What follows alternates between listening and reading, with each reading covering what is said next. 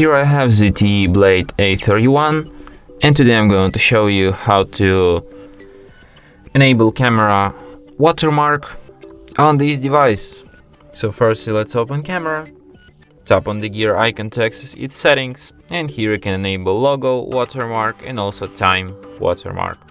And now every photo you take will be marked with its watermark, just like this.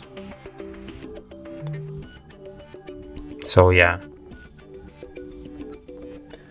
And that's it. Thanks for watching. If you find this tutorial useful, don't forget to hit that like button and subscribe to our channel.